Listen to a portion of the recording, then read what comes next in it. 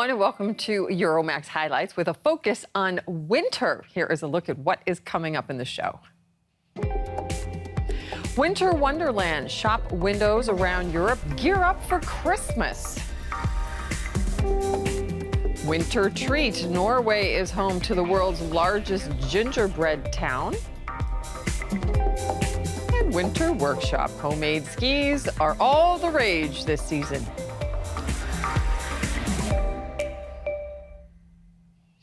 Christmas is just around the corner, so Europe is getting in the festive mood. And everywhere you turn, you can see colorful Christmas decorations lighting up the squares and windows. Now, one place where this is very apparent is in Paris, where they go all out when it comes to decorating the shop windows. Well, I traveled there recently to see them for myself and compare them to the Christmas windows in other major European cities. These decorative store windows are a Parisian tradition during the Christmas season. Every November, the main department stores in Paris dress up their window displays for the holidays, and they've been doing that for decades. It's a tradition that many Parisians, both young and old, look forward to at this time of year. They're beautiful. It's the magic of Christmas. And do you like them? I think they're important. The department stores do them every year, and the children are happy. I wanted to come and see them. They're always different. They change. It's nice. A sign of Christmas. The Christmas window displays at the big department stores are true works of art. They're more inventive and more surprising every passing year. The tradition started in the early 20th century. The Christmas windows were created after World War I, during a depressing time. They were meant to raise the morale of the Parisians and all the French. The department store Printemps has taken part in this festive tradition from the very start. Planning the various themes can take up to a year, and setting up the scenes takes 3 months. Puppet maker Jean-Claude has been decorating these windows with his magical creations for 42 years. This year, we've placed movable figures in the windows. They'll travel around 1,200 kilometers over the next month. The characters are made of stainless steel, so they're quite hard and heavy. So that was the challenge I had this year with them. Some of the windows have a specific story to tell. Last year, we created 2 characters, Jules and Violette. And this year, they're going on an adventure as explorers to look for presents from all over the world. Other big Parisian department stores take part in this tradition too. While the themes vary from window to window and store to store, the general idea is the same: to create a festive atmosphere in the run-up to Christmas.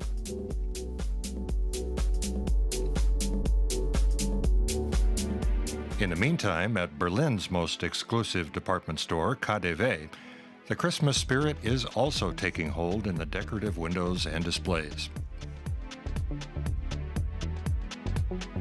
Here, too, animated figures are placed in amusing settings to catch the eye of passers-by. We've created special windows because we want the people to stand here a while and then come into the store. It's important that we tell a story and not just try to sell things. We try to create emotions and an experience that people want to talk about and then come back again. London is also one of the top addresses when it comes to beautiful Christmas shop windows. At the famous department store Harrods, the shop windows are always original and elaborately designed.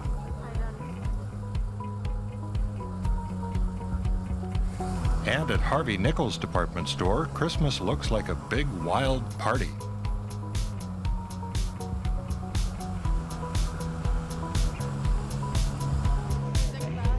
At Selfridges, the Santas are in a festive mood, and things are buzzing.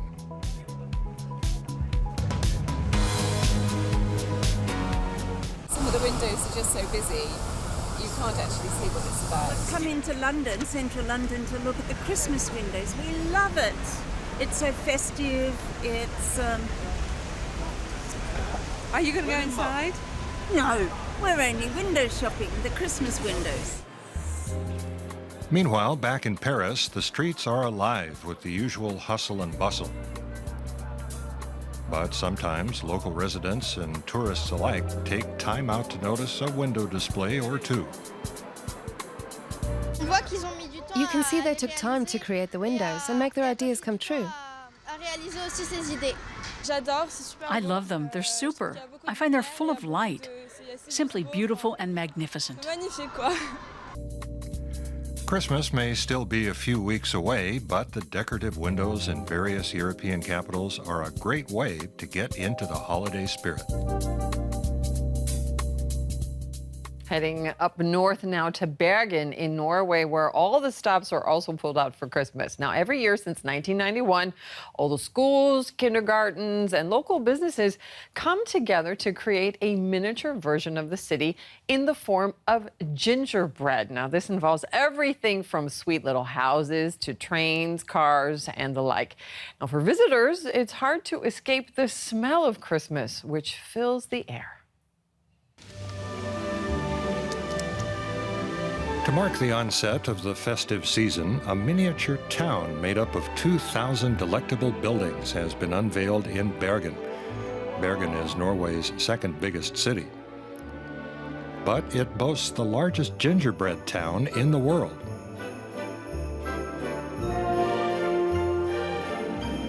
All this was made by Kjersti Brakstad. She's the architect of the sugary settlement. When you go around looking, we want the audience to dream themselves into, for instance, they can dream that they're sitting at a French cafe, or they can dream that they are sitting in a park and going to the merry-go-round. And yeah, we want to give them the experience of escaping from the reality and into a fantasy land. Local residents pitched in to help build Gingerbread City. Kindergartens, schools, families, and local societies all got involved. A total of 10,000 volunteers contributed to the tiny town, including members of Bergen's Coastal Culture Center. For Maren Strømme, baking together has become a tradition there.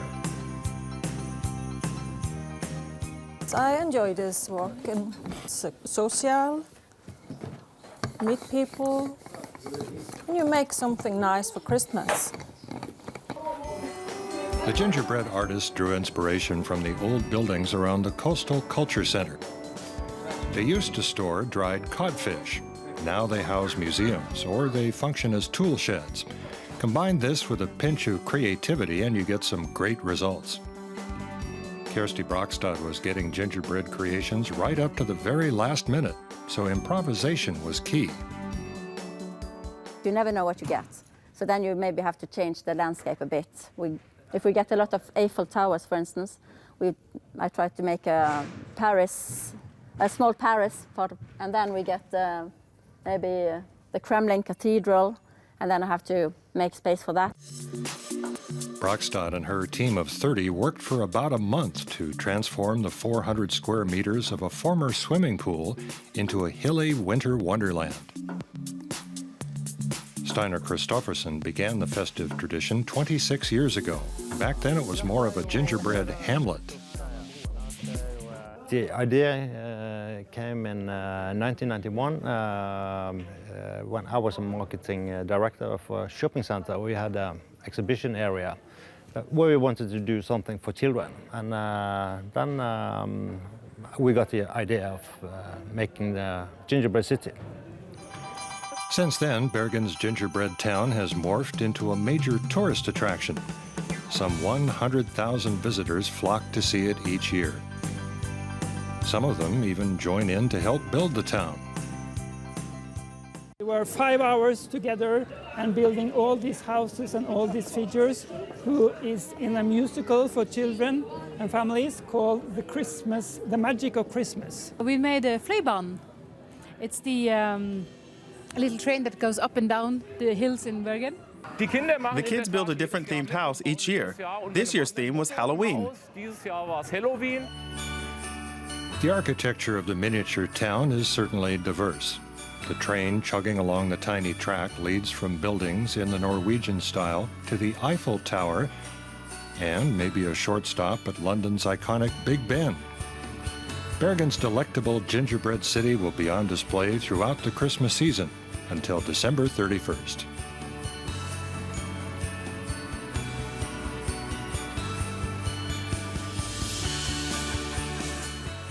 And of course, the Christmas season wouldn't be complete without some winter sports, especially to help burn off all those calories from the gingerbread. So up next, we are headed to Zakopane, a winter sports resort located right in the south of Poland, near the border with Slovakia. Now, at 1,000 meters above sea level, it's Poland's highest town, and with plenty of snow on the ground, it's also a great place to visit at this time of year. A magical landscape of peaks surrounds Zakopane in the high Tatra Mountains. The icy temperatures and the clear mountain air make the region a favorite with lovers of winter sports. Around 3 million people visit Zakopane every year. The town is called Poland's winter capital. At its heart, Krupowki Street, lined with stores and restaurants, invites tourists to take a stroll.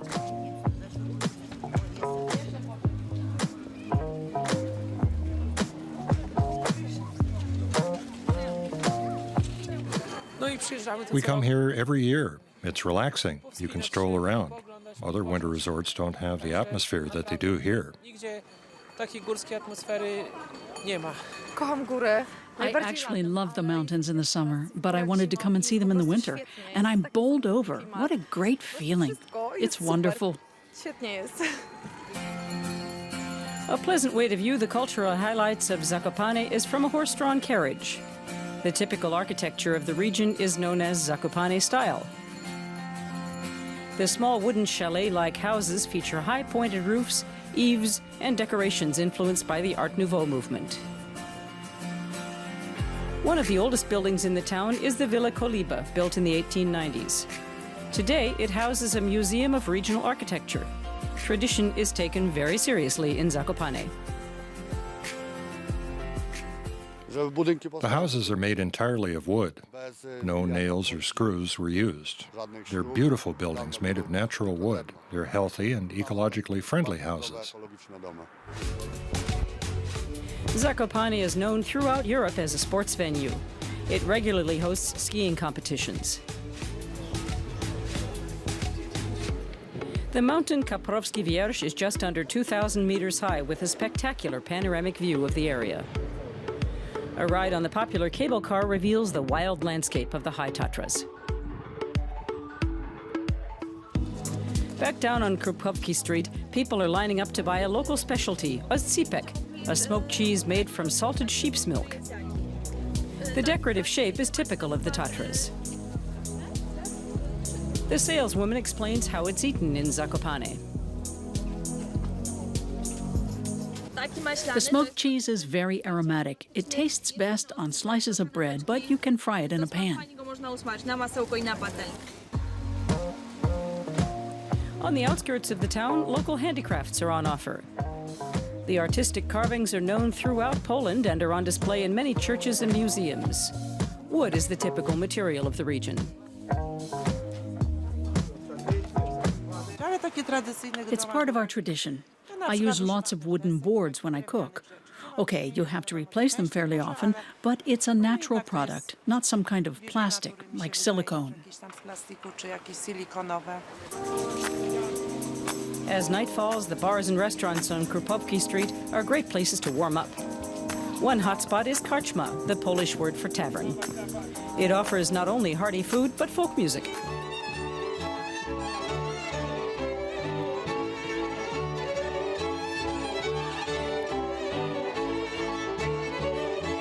It's the perfect place to experience authentic Polish hospitality. I come from the mountains. This is our life.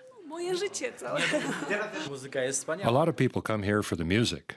And when it stops, the day ends here in Zakopane. But there's always the next day to look forward to, especially in the winter, with plenty of snow and fun on the slopes.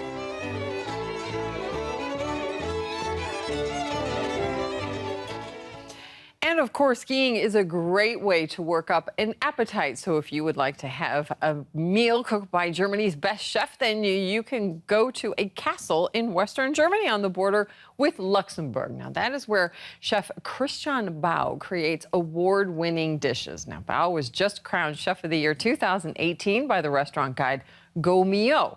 We met up with him to find out the secret to his success.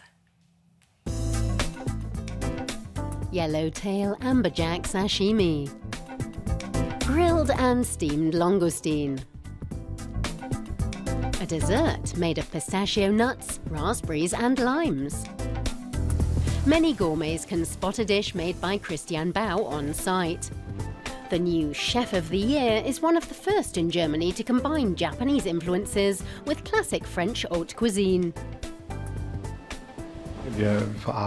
We use a lot of fish, often preparing it the way the Japanese do. That means we use a lot of raw fish and a lot of very briefly poached fish, rarely with cream sauces or things like that. In our dishes, the focus is always on the basic ingredient, whose inherent flavor we have to accentuate. And all around, it's an array of fantastic side dishes. Not far from the border with Luxembourg and France, gourmets enter a Renaissance castle to be pampered by the three-star chef. Since 1998, Bau and his 20-person team have worked to realize his vision of fine dining.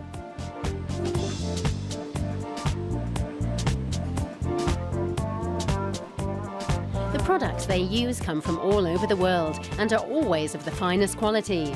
Like this yellowtail amberjack, straight from the Tokyo fish market. Yellowtail amberjack is also available vacuum-packed, already filleted, from fish farmers in New Zealand and Australia.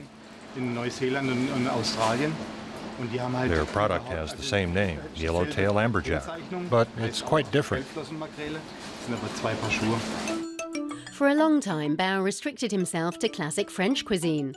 But after he was awarded his third Michelin star in 2005, he realized he wanted to do something else. Trips to Asia, and especially to Japan, expanded his culinary horizon. He began combining the best of both worlds. Hardly any butter, cream or meat. Instead of vegetable oils, exotic fruits and fish. He developed a style of his own, and it was soon popular all over Germany. I never aimed to faithfully cook someone else's recipe.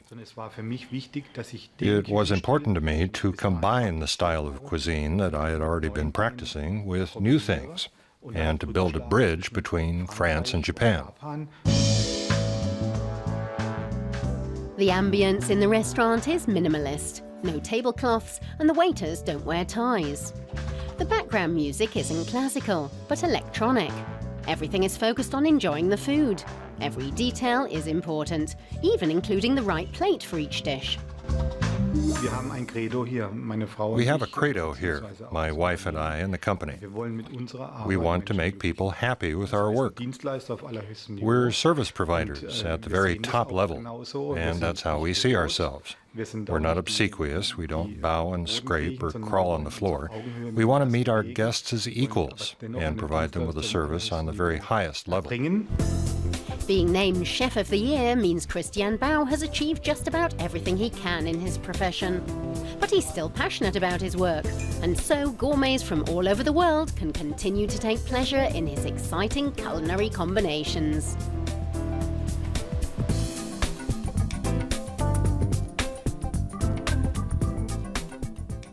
Here in Berlin, the temperature outside is quite frosty, but there is no snow on the ground yet. However, it is a different story for some ski resorts. Earlier than usual snowfall in the Alps means the skiers and snowboarders are able to get their snow fix already. And if you need new skis, you can rent them, as I do, or if you're really motivated, you can make them yourself. Now, this is possible in a small town in southern Germany. They cost around 700 euros are pretty easy to make and can be done in about 2 days' time. Winter sports reign supreme on the Zugspitze, Germany's highest mountain, close to the Austrian border. At altitudes over 2,000 meters, the 20 kilometers of slopes have natural snow for 6 months of the year, offering enthusiasts splendid conditions for downhill racing. But if you want to really stand out from the crowd, you can build your own snowboard or skis like these. Participants in a 2-day workshop in Varchant near the Bavarian town of Garmisch-Partenkirchen learn how to make the models that suit them best. Off the rack, so to speak, you can't always buy what you need. I'm relatively small, but I can't use kids' boards because they have smaller feet. Now I can adjust the width and size, and that's very good. I have absolutely no idea how skis are made. It's really exciting to learn how much technology there is in skis. The self-built ski starts with a base around which a metal border is formed. Then comes the wood core. It's bolstered with 2 wood strips to give the boards the necessary tension. Workshop instructors Michael Eidenschink and Axel Forelle mainly use ash wood, a long fiber wood that is tough but elastic.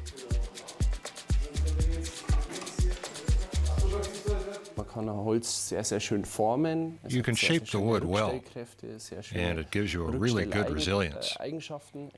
It's very malleable, so you get good tension in the ski. And that enables us to adjust the ski with great precision to suit what the customer wants.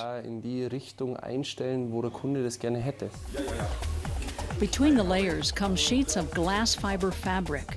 The students learn how to attach them with a liquid adhesive. Then the length, width, thickness, and tension of the ski are adjusted to their individual needs.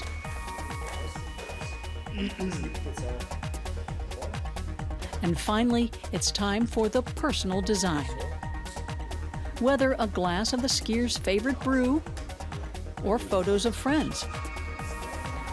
Then the skis and boards are vacuum packed and placed in an oven for curing at 80 degrees Celsius.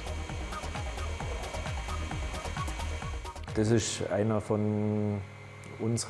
is one of the advantages that we have compared to store-bought skis. We can really adjust ours to every person who comes to us. Height, weight, skiing skills, where they want to ski. We have enough parameters so that we can vary them in order to individualize the skis. After they've hardened in the oven for 14 hours, the skis and snowboards are almost ready. They just have to be cut out of the form using a jigsaw. Then edges are sanded down to remove any excess material and unevenness. Now, all that's left to do is mount the bindings.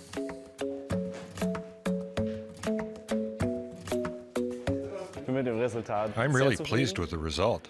My patterns aren't perfectly centered, but apart from that, it's a great ski. I had problems curving the edges because I couldn't get the arch right at first. And I had trouble cutting it out when it came out of the oven. It was the first time I'd ever held a jigsaw, but I hope I did an okay job. Axel Forelle's self-built skis are ready for a run on the slopes. He tests his products regularly. Up to now, he's built 2,000 skis and can look back on a decade of experience.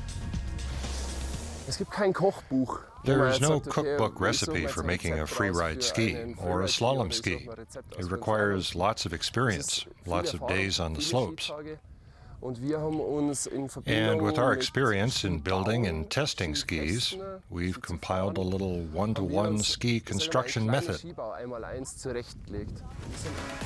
With a bespoke pair of skis or snowboard under your feet, there's nothing to keep you from heading downhill this winter.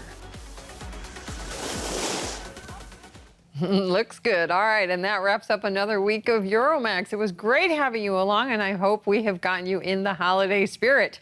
From me and the rest of the crew here at Euromaxx, as always, thanks for joining us, and we'll see you again soon.